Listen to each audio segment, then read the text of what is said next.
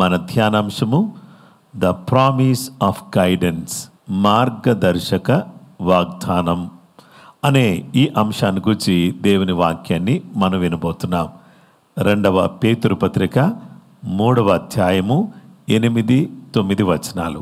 ప్రియులారా, ఒక సంగతి మరిచిపోకుడి, ఏమనగా ప్రభు దృష్టికి ఒక దినము 1000 సంవత్సరముల వలెను, 1000 సంవత్సరములు ఒక దినము వలెను ఉన్నవి. కొందరు ఆలస్యమని ఎంచుకున్నట్లు ప్రభు తన వాగ్దానమును గూర్చి ఆలస్యము చేయువాడు కాడు గాని ఎవడునూ నశింపవలెనని ఇచ్చేయింపక అందరూ మారు మనసు పొందవలెనని కోరుచు మీ ఎడల దీర్ఘశాంతము గలవాడై ఉన్నాడు. ఒక సంగతి మీరు మర్చిపోవద్దు. దేవుని దృష్టిలో ఒక దినం 1000 సంవత్సరాల వలె ఉన్నాయి, 1000 సంవత్సరములు ఒక దినము వలె ఉన్నాయి. అయితే మీరందరూ కూడా అనుకున్నట్టు ప్రభు తన వాగ్దానాన్ని గూర్చి ఆలస్యం చేసేవాడు కాదు. కానీ ఎవరు కూడా నశించకూడదు, ఎవరు కూడా నష్టపడకూడదు, ఎవరు కూడా నాశనానికి గురి కాకూడదు అనే ఉద్దేశంతో జీవం గల దేవుడు, పరిశుద్ధుడైన దేవుడు తన ప్రేమను, తన దయను మనకు చూపిస్తూ మన పక్షంగా ఆయన నిలబడి ఆయన ఏం చేస్తున్నాడు అనగా ఆయన గొప్ప కార్యాలు మనం పొందాలని ఆయన కోరిన వాడై మనతో చెప్తున్నాడు. నేను త్వరగా వస్తున్నాను, మీరేం చేస్తారంటే పశ్చాత్తాపపడండి, రిపెంట్ ఆఫ్ యువర్ సిన్స్, మీరు పశ్చాత్తాపడి మీ పాపములను ఒప్పుకోండి అని చెప్తూ 2వ పేతురు 3:9లో కొందరు ఆలస్యమని ఎంచుకున్నట్లు ప్రభు తన వాగ్దానమును గూర్చి ఆలస్యం చేయువాడు కాడు గాని ఎవడును నశింపవలనని ఇచ్చేయింపక అందరూ మారు మనసు పొందవలనని కోరుచు మీ ఎడల దీర్ఘశాంతము గలవాడై ఉన్నాడు. అందరూ కూడా రక్షించబడాలి, అందరి జీవితాలు మార్పు చెందాలి, అందరూ కూడా మారు మనసు పొందాలి. రక్షించుటకు యేసుక్రీస్తు ప్రభువారు కన్యమరియ గర్భము ద్వారా ఈ భూలోకములో జన్మించాడు. ఆయనకు యేసు అని పేరు పెట్టబడింది. ఈ యేసు అనే పేరుకు రక్షకుడు అని అర్థం. ఈ రక్షకుడైనటువంటి దేవుడు ఇచ్చే రక్షణ మనం పొందడానికి ఆ ప్రేమగల దేవుడు, జాలిగల దేవుడు మన కొరకు ఎదురు చూస్తూ ఓపిక పడుతూ దయా దాక్షణ్యాలు కలిగినటువంటి వాడై, కృపా సత్యములు కలిగినటువంటి వాడై ఈ లోకములో ఆయన అడుగుపెట్టాడు. ఆ అడుగుపెట్టినటువంటి దేవుడు మనం ఆయన అనుగ్రహించే గొప్ప రక్షణను, జీవము గల దేవుడు మనకు అనుగ్రహించేటటువంటి గొప్ప విడుదల, రక్షణ మనం పొందాలి అని మనం కోరితే మనం ఏం చేయాలి అని అంటే పాపం విషయంలో మనం పశ్చాత్తాపపడాలి. అందుకనే యేసుక్రీస్తు ప్రభువారు ఈ విధంగా చెప్పారు, కాలము సంపూర్ణమై ఉన్నది, దేవుని రాజ్యము సమీపించి ఉన్నది, కనుక మీరు మారు మనసు పొంది సువార్తను నమ్మండి అని ప్రభు చెప్పాడు. అలాగే పేతురు కూడా వాక్యాన్ని బోధిస్తూ ఏమన్నారంటే, మీరు మారు మనసు పొంది ప్రతివాడు ప్రభు అయిన యేసుక్రీస్తు నామములో బాప్తిస్మము పొందుడి, అప్పుడు మీరు రక్షింపబడతారు. దేవుని బిడ్డలమైనటువంటి మనం కేవలము మార్మనసును గూర్చి యేసు ప్రభువారి మాత్రమే కాదు, అపొస్తలులు మాత్రమే కాదు, సంఘములో మారుమనసు, పశ్చాత్తాపం అనేది చాలా ప్రాముఖ్యమైంది. ఒక వ్యక్తి దేవుడు అనుగ్రహించే రక్షణలోకి రావాలి అని అంటే ఈ రక్షణ భాగ్యం పొందాలి. ఈరోజు మారు మనసు అనేది చాలా ప్రాముఖ్యమైనది.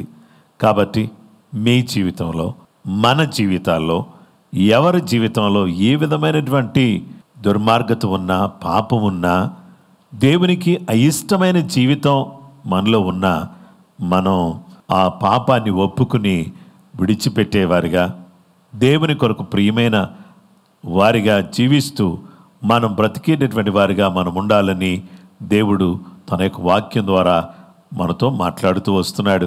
ప్రభు త్వరగా రాబోతున్నాడు. ఆయన ఏ జామో, ఏ గడియో, ఏ దినమో ఆయన త్వరగా రాబోతున్నాడు. కనుక పశ్చాత్తాపడండి, మారుమనసు పొందండి, రక్షణ పొందండి. దేవుడు అనుగ్రహించే గొప్ప భాగ్యాన్ని మీరు పొందుకోవాలని దేవుడు తన యొక్క వాక్యం ద్వారా మనతో మాట్లాడుచున్నాడు. ఆయన తన ప్రజలను వారి పాపముల నుండి ఆయనే రక్షిస్తాడు. ఇంకా రక్షకుడు వేరేవారు లేరు. ఏ నామమునను మనకు రక్షణ దొరకదు. యేసు నామముననే మనం రక్షణ పొందాలి. కనుక పశ్చాత్తాపం అనేది అత్యంత కీలకమైనది. గనుక మన దేవుడు మనల్ని త్రోసివేసే దేవుడు కాదు, తూలనాడే దేవుడు కాదు. మన దేవుడు మనల్ని శిక్షించే దేవుడు కాదు, కానీ ఆయన తన కనికరాన్ని, తన ప్రేమను మన ఎడల వెల్లడిపరుస్తున్నాడు. దేవుడు లోకాన్ని ఎంతో ప్రేమించాడు. ఆయన యందు మన విశ్వాసం ఉంచితే మనం నశింపక నిత్య జీవం పొందుకోవాలని ఆయన ఎదురు చూస్తూ ఉన్నాడు. మన దేవుడు దయగల దేవుడు, ప్రేమగల దేవుడు. మనం రక్షించబడాలని కొంచెం ఆలస్యం చేస్తున్నాడు, ఇంకా కొంచెం ఆలస్యం చేస్తున్నాడు. చూడండి, మన ప్రభు జాలి గలవాడు, ప్రేమ గలవాడు. అందుకే ఆయన వెయిట్ చేస్తున్నాడు. ఎవరు వెయిట్ చేస్తారు? పోతే పోనే, వాళ్ళు వస్తే వస్తారు, రాకపోతే రారు అని అనుకోకుండా ఎంతో ప్రేమతో ఆయన మనం పశ్చాత్తాపడాలని, మన జీవితం బాగు చేసుకోవాలని, మన వ్యసనాలు, మన అలవాట్ల నుంచి మనం దూరం అవ్వాలని ఆ జీవము గల దేవుడు మన కొరకు ఆయన ఎదురు చూస్తూ ఉన్నాడు. తప్పిపోయిన కుమారుడు పశ్చాత్తాపంతో తిరిగి రావాలని తండ్రి ఎదురు చూసినట్టుగా మన ప్రభు మనం పశ్చాత్తాపపడాలని ఆయన కోరుతున్నాడు. మనము తిరిగి ఆయన దగ్గరికి వచ్చేయాలని ఆయన ఇష్టపడుతూ ఉన్నాడు. అలాగుననే దేవుని బిడ్డలమైనటువంటి మనము ఈ యొక్క మార్గదర్శక వాగ్దానం ఏంటి అంటే, మనల్ని మార్గంలో పెట్టాలి అనేది ఆయన వాగ్దానం యొక్క ఉద్దేశం. ఏ మార్గములో? పశ్చాత్తాప మార్గములో, రక్షణ మార్గములో మన పెట్టాలి. రక్షణ మార్గంలోకి వచ్చినటువంటి మనందరం కూడా ఏ విధంగా ఉండాలని కోరుతున్నాడంటే, రెండవది బీ హోలీ, పవిత్రంగా ఉండండి అని ప్రభు చెప్తున్నాడు. రెండవ పేతురు పత్రిక 3వ అధ్యాయం 11-12 వచనాలు. ఇవన్నీ ఇట్లు లయమైపోవునవి కనుక ఆకాశములు రవులుకొని లయమైపోవునట్టియు, పంచభూతములు మహావేంద్రముతో కరిగిపోవునట్టియు, దేవుని దినపు రాకడ కొరకు కనిపెట్టుచు దానిని ఆశతో అపేక్షించుచు మీరు పరిశుద్ధమైన ప్రవర్తనతోనూ భక్తితోనూ ఎంతో జాగ్రత్త గలవారై ఉండవలెను. మీరు పరిశుద్ధమైన ప్రవర్తన అంటే మన ప్రవర్తనలో పరిశుద్ధత కావాలి. ఇలాంటి పరిశుద్ధత అనేటటువంటిది మనము కలిగినటువంటి వారమై ఉండడం చాలా ప్రాముఖ్యమైనటువంటి విషయం. ఈ పరిశుద్ధమైన ప్రవర్తన కలిగినటువంటి వారమై పరిశుద్ధమైన జీవితంతో మనమందరం కూడా జీవించవలసిన ఆవశ్యకత ఎంతైనా మన మీద ఉన్నది అని దేవుని వాక్యం మనకు తెలియపరుస్తుంది. ఈరోజు మనమందరం కూడా ఎలా ఉండాలి అని అంటే, పరిశుద్ధమైన ప్రవర్తన కలిగిన వారమై భక్తితో ఎంతో జాగ్రత్తగా ఉండాలి. ఈ కడవరి దినాల్లో, ప్రభు వచ్చే దినాల్లో మార్పు చెందిన మనం, రక్షణ పొందిన మనం ప్రభు యొక్క రాకడ కొరకు అత్యంత పరిశుద్ధమైన పవిత్రమైన వారిగా మనం జీవించాలి. మన దేవుడు మనతో మాట్లాడుచున్న విషయం ఏంటంటే, నేను పరిశుద్ధుడనై ఉన్నాను గనుక మీరును పరిశుద్ధులైండుడని వ్రాయబడి ఉన్నది. నేను పరిశుద్ధుని గనుక మీరు కూడా పరిశుద్ధులుగా ఉండండి. ఆ జీవం గల దేవుడు ఏ విధమైనటువంటి పరిశుద్ధమైనటువంటి జీవితాన్ని జీవించాడో ఆ పరిశుద్ధమైన జీవితాన్ని మనం జీవించాలని మనల్ని దేవుడు పిలుస్తున్నాడు. ఎందుకు పిలుస్తున్నాడంటే, పాపులను పరిశుద్ధులుగా ఉండుటకు ఆయన పిలుస్తూ, నేను పరిశుద్ధుడనై ఉన్న ప్రకారంగా మీరు కూడా పరిశుద్ధంగా ఉండండి అని ప్రభు తన వాక్యం ద్వారా మనతో మాట్లాడుచున్నాడు. 2వ కొరింథీ పత్రిక 7వ అధ్యాయం మొదటి వచనం, ప్రియులారా, మనకు ఈ వాగ్దానములు ఉన్నవి గనుక దేవుని భయముతో పరిశుద్ధతను సంపూర్తి చేసుకొనుచు శరీరమునకును ఆత్మకును కలిగి ఉన్న సమస్త కల్మషము నుండి మనలను పవిత్రులనుగా చేసుకుందుము. మనమందరం కూడా శరీరానికి ఆత్మకు కలిగిన సమస్త కల్మషము నుండి మనం పవిత్రులుగా చేసుకోవాలి. మనల్ని మనం పవిత్రులుగా చేసుకుని పవిత్రమైనటువంటి జీవితము కలిగినటువంటి వారిగా మనం జీవించాలని దేవుడు తన యొక్క వాక్యం ద్వారా మాట్లాడుచున్నాడు. శరీరానికి కలిగినటువంటి మలినం, ఆత్మకు కలిగినటువంటి కల్మషం, ఈ రెండింటిని కూడా మనం ఏం చేయాలంటే తొలగించుకోవాలి.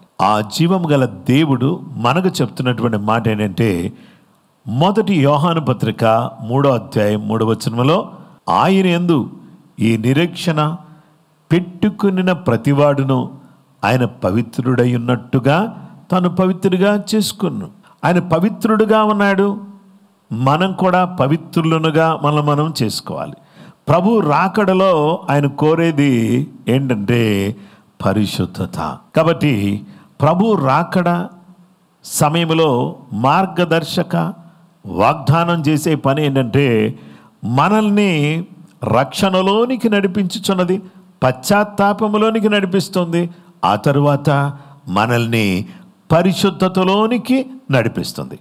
పరిశుద్ధతలో ఉన్నటువంటి మనల్ని 3వ స్థితికి వచ్చేసరికి ఎక్కడికి తీసుకొస్తుందంటే, బీ స్టెడ్ ఫాస్ట్, దృఢంగా ఉండండి.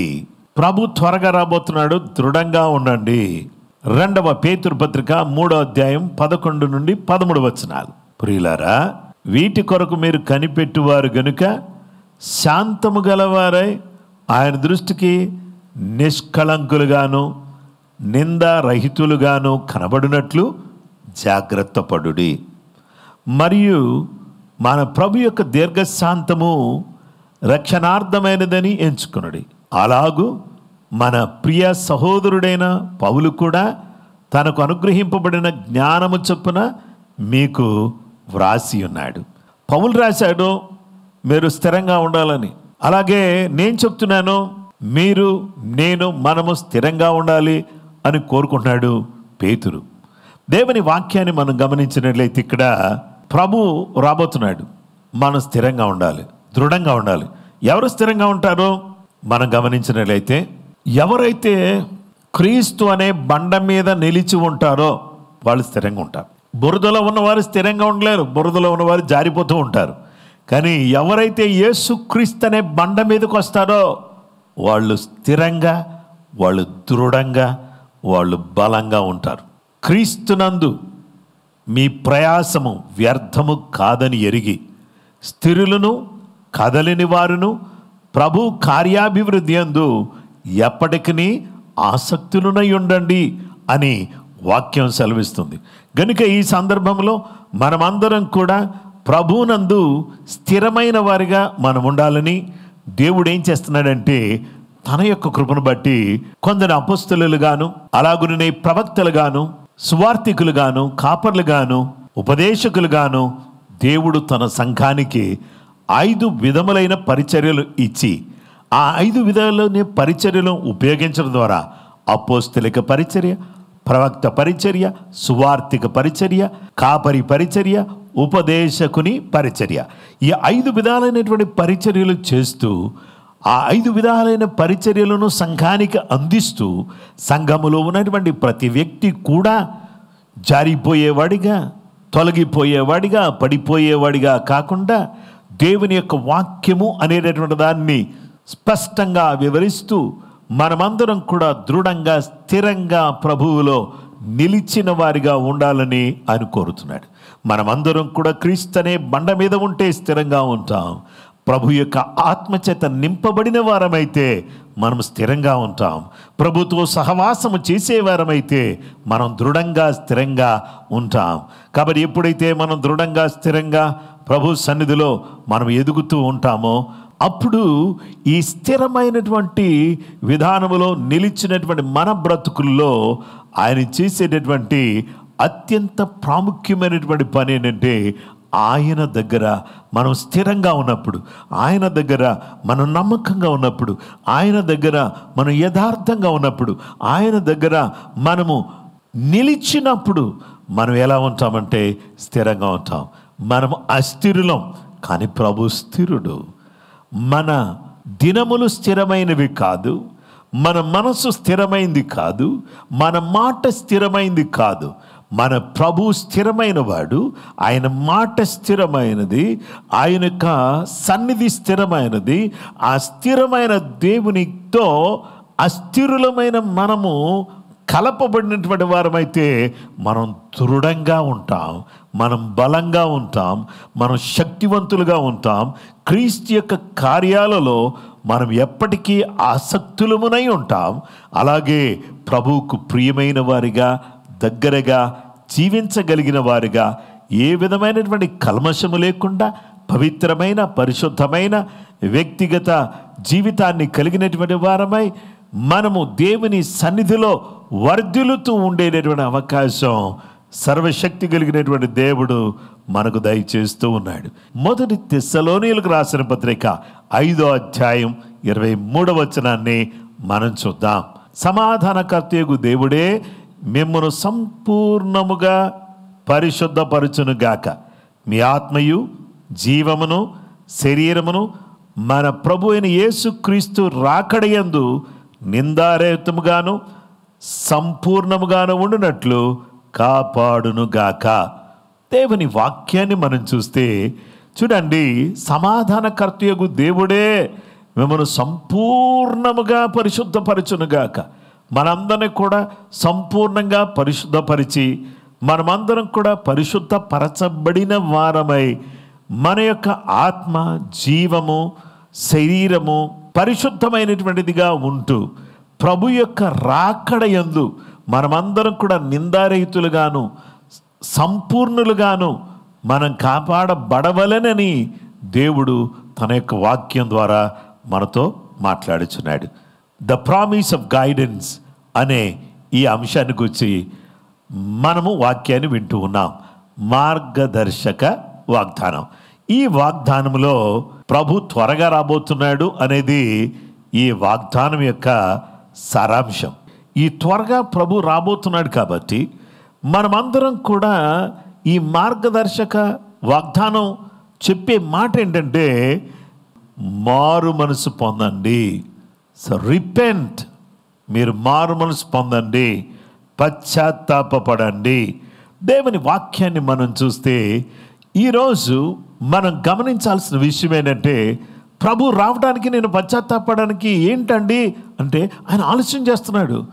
నీవు కూడా ఈ గుంపులో ఉండాలి, నీవు కూడా పరిశుద్ధుల గుంపులో ఉండాలి, నీవు కూడా దృఢపరచబడిన వారి గుంపులో ఉండాలి, నీవు కూడా సిద్ధపరచబడిన గుంపులో ఉండాలి, నీవు కూడా సిద్ధులలో నూనె కలిగినటువంటి వారి వలె నీవు ఉండాలి, బుద్ధి కలిగిన కన్నికల వలె నీవు ఉండాలి, తలాంతులను వాడుకున్న వ్యక్తి వలె ఉండాలి, నీవు దేవుని కొరకు నమ్మకమైనటువంటి వ్యక్తిగా నీవు జీవించాలి, ఆ జీవము గల దేవుని రాజ్యానికి నీవు వారసుడవ్వాలి అని ఆయన ఎదురు చూస్తున్నాడు. కాబట్టి మనం పశ్చాత్తాపబడి మన జీవితాన్ని మార్చుకోవలసిన వారిగా ఉన్నాం. ఇంకా మీలో ఎవరైనా మీ జీవితాన్ని మార్చుకోకుండా, మీ పాపముల విషయంలో పశ్చాత్తాపడకుండా, ప్రభు ఇచ్చే రక్షణ పొందకుండా దూరంగా ఉంటే ప్రభు మిమ్మల్ని ఇప్పుడే ఆహ్వానిస్తున్నాడు. ఇప్పుడే పశ్చాత్తాపడని, మీ జీవితాన్ని మార్చుకోండి అని ఆయన చెబుతున్నాడు. ఇక రెండవది, మీరు పరిశుద్ధంగా జీవించండి, పవిత్రంగా ఉండండి. బీ హోలీ అంటే పవిత్రత అనేటటువంటిది మన ప్రభువుకు చాలా ప్రియమైనది. ఈ దినాన్న మన ప్రభుకు మనం ప్రియమైనటువంటి వారిగా, మనం దగ్గరగా, మనము చేరువుగా బ్రతకాలి అని అంటే మనందరం కూడా నేర్చుకోవలసిన ప్రాముఖ్యమైనటువంటి విషయం ఏంటంటే నేను ఆరాధించే దేవుడు పరిశుద్ధుడు గనుక నేనును పరిశుద్ధుడిగా ఉండాలి. నా జీవితంలో, నా మాటలో, నా చూపులో, నా క్రియలో, నా జీవిత విధానాల్లో నేను పరిశుద్ధుడిగా జీవించాలి. పరిశుద్ధత లేకుండా ఎవడునో ప్రభువును చూడలేడు అని చెప్పి దేవుని వాక్యం సెలవిస్తూ ఉండగా మనమందరం కూడా పవిత్రమైన జీవితాన్ని జీవించడానికి కృపగల దేవుడు మనకు సహాయం చేయాలని కోరుతున్నాను. ఇక చివరిగా we need to be steadfast. దృఢంగా ఉండండి, బలంగా ఉండండి. ఇప్పుడు మనమందరం కూడా బండ మీద ఉన్నవారు, ప్రభు ఆత్మచేత నింపబడిన వారు, ప్రభువును ఆరాధించేవారు, ప్రభువును మహిమపరిచేవారు. ఇదిగోండి ఈ మాటలు ఉన్నాయి చూశారు. ఈ మాట ప్రకారంగా జీవించే వారు బండ మీద తన ఇల్లు కట్టుకున్న బుద్ధిమంతుని పోలి ఉంటారు. వాన కురిసెను, వరదలు వచ్చెను, కానీ ఆ ఇల్లు పడలేదు. ఎందుకో తెలుసా? ఆ ఇల్లు ఈ వాక్యము అనే దాని మీద వారి జీవితాన్ని కట్టుకున్నారు. క్రీస్తు అనే బండ మీద దేవుని వాక్యం ద్వారా కట్టబడినటువంటి వారు కాబట్టి వాడు దృఢంగా ఉన్నారు. ఇల్లు పడదు, చెక్కు చెదరదు. ప్రభు యొక్క రాకడలో ఆ కుటుంబం, ఆ విశ్వాసి ఉంటారు. ప్రభు యొక్క రాకడలో మనము, మన కుటుంబాలు ఉండుటకు గాను మనమందరం కూడా పశ్చాత్తాపపడి పరిశుద్ధంగా జీవిస్తూ మనమందరం దృఢంగా మనం బ్రతకడానికి దేవుడు తన కృప మనకు అనుగ్రహించాలని నేను కోరుతున్నాను. కృపగల దేవుడు మీకు తోడయుండును గాక. అందరికీ ప్రైజ్ ది లార్డ్.